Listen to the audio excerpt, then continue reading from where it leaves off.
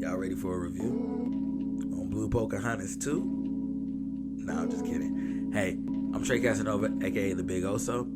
Grab some popcorn. This is a movie review. If you're a fan of the Avatar franchise, not Avatar like The Last Airbender, but Avatar like Blue Pocahontas, you might hate me at the end of this review. Yesterday I went to go see Avatar: The Way of the Water.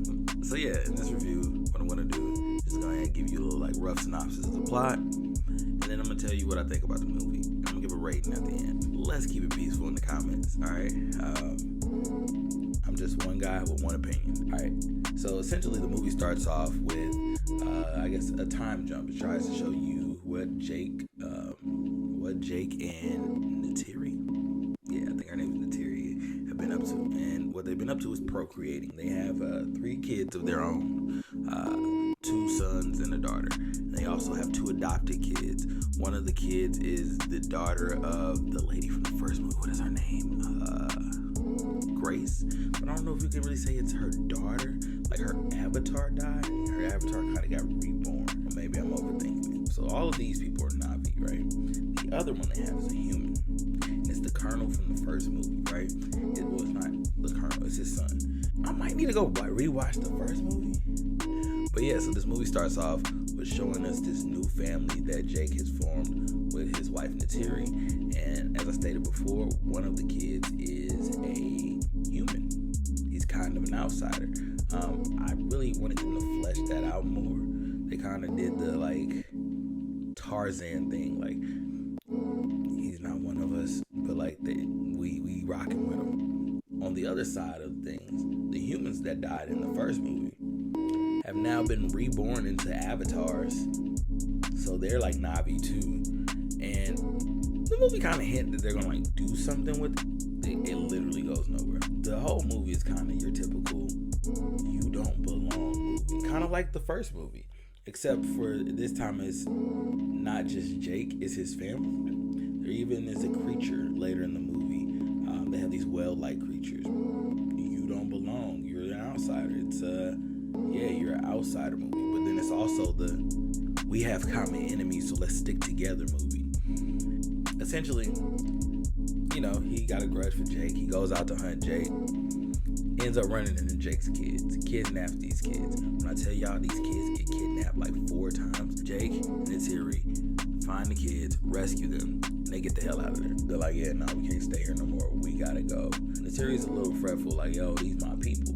But Jake like, yeah, bro, they hunting us. They gonna kill your people to get to us. So yeah, they leave their village, the forest tribe, and they go to a water tribe. The water tribe will call if I butcher these made up names, y'all gonna be mad at me? Yeah, leave it in the comments if you're mad at me for butchering made up names. They're called the Metakaina. They are a little reluctant on accepting Jake and his family, because it's like, yo, bro, we not at war. We don't want no smoke with nobody. We chilling. We a peaceful water tribe. Also, y'all not bred to be able to survive this climate. Like, they were built differently. First of all, they're turquoise Navi, and our Navi are like the blue Navi. So it's a little it's a racial divide, but it's a tribe thing. Like I said, it's kind of Blue Pocahontas. Jake and his wife kind of win them over, like, yo, accept us because we need help. They accept them. And there's a running plot line about Jake's kids, how his oldest son is supposed to be the protector of he's like a warrior now, but the younger son's a little immature and kind of goes on and does his own thing, and it doesn't always work out for him. So the kids of the blue Navi and the turquoise Navi aren't really getting along. It's kind of racism. This leads to the rebellious kid of Jake's kind of getting out there and learning new things about himself, and he meets one of these whale things, and they kind of form a bond. Essentially, the turquoise Navi lead dude out there to die. They lead him out to an area where he's not supposed to be to die, and he was gonna die, and this whale thing saved him. Because the whale thing saved him, they kind of make a bond. He pulls a missile out of the dude's fin, and the Turquoise Navi find out about this and they're like, yeah, you gotta leave dude alone. You can't mess with that well. He's an outcast. To him, he feel like he's an outcast. Two peas in a pod. And they kind of bond. And then you know how like they have their telepathical link with each other and everything from the first movie. They have that in here too. There's a point where Grace's daughter, she kind of indicates that like she has some type of like connection with the water creatures. Not the Turquoise Navi, but like the actual like creatures of the water. It's kind of weird because it's like, yeah, you're not from this tribe. Why you like that? I don't know. Her birth almost is kind of like put to be like it was immaculate conception. So maybe she different. Maybe she is actually Grace reincarnated. We don't know the answers to these things. She tries to bond with their spirit tree. She has a seizure. And they was like, yeah, don't ever connect her back to that tree. She could die.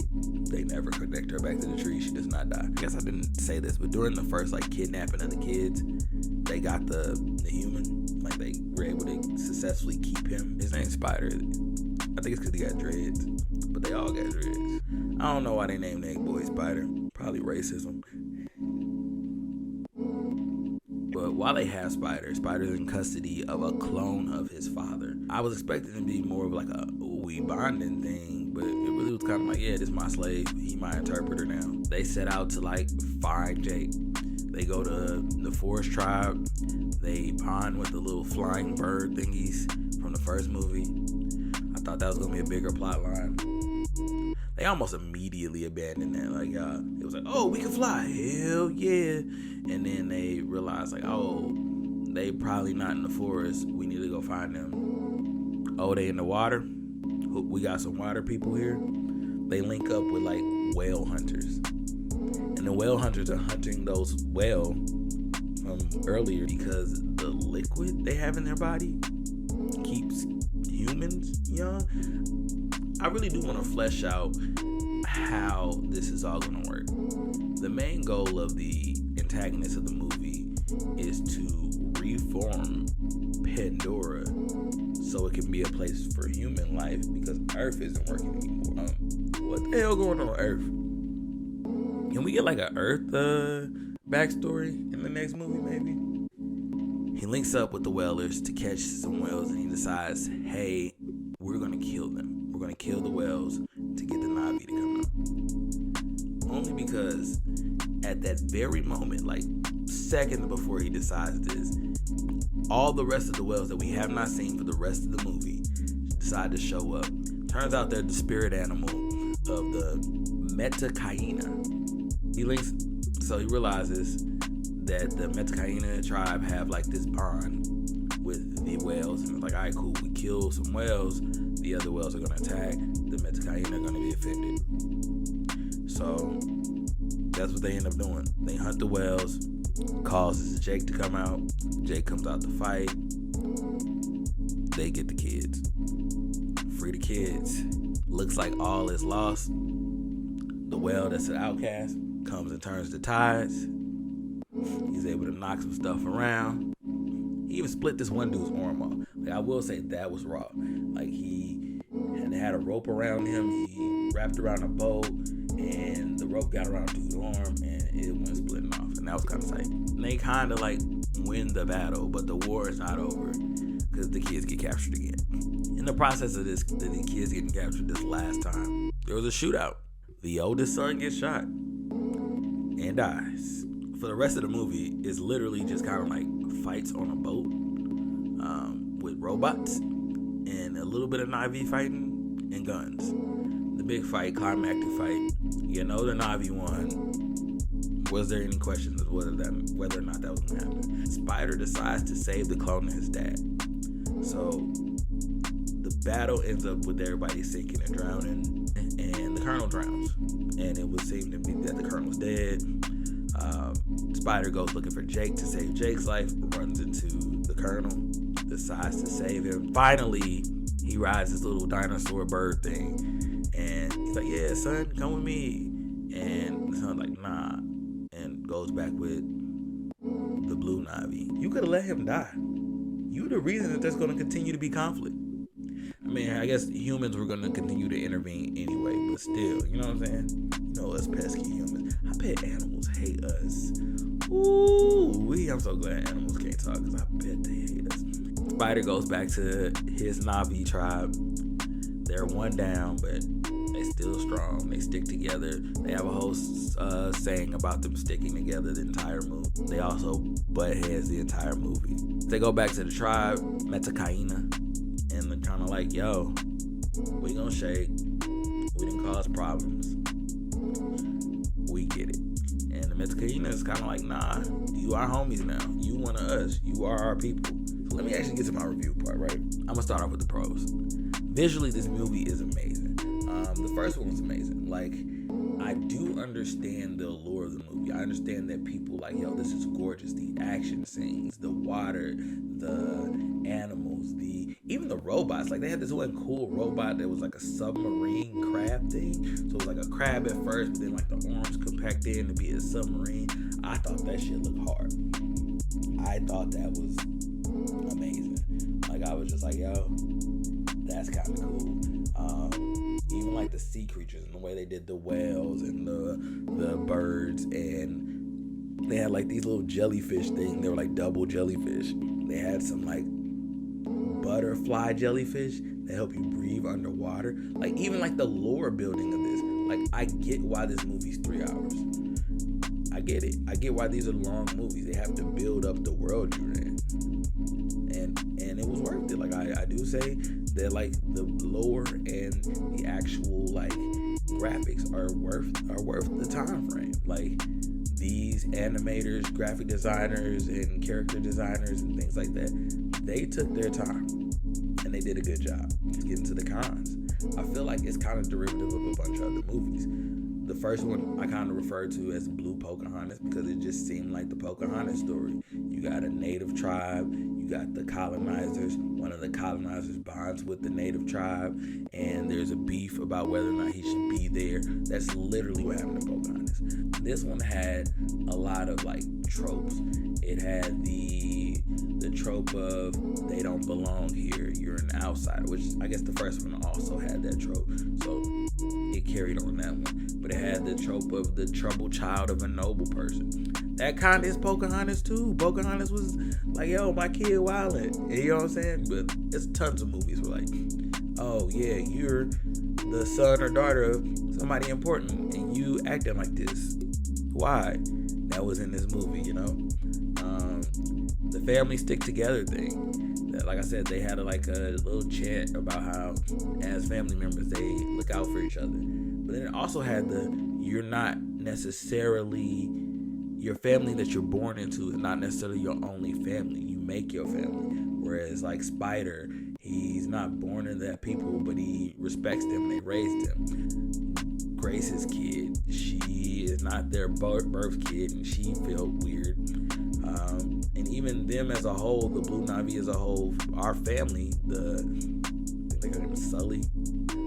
That's probably so wrong. Give me a second. I'll Google it. Oh, I was right. I was paying attention. I don't know all the names. Like, I don't know the name of them whale things or nothing like that. But, you know what I do know the name of? The main character. And the biggest trope that I think I see in a lot of movies, saving the enemy.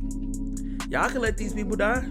First of all, I want to say the person who saved him, Spider, may have saved him because he conned to his daddy, like he a clone.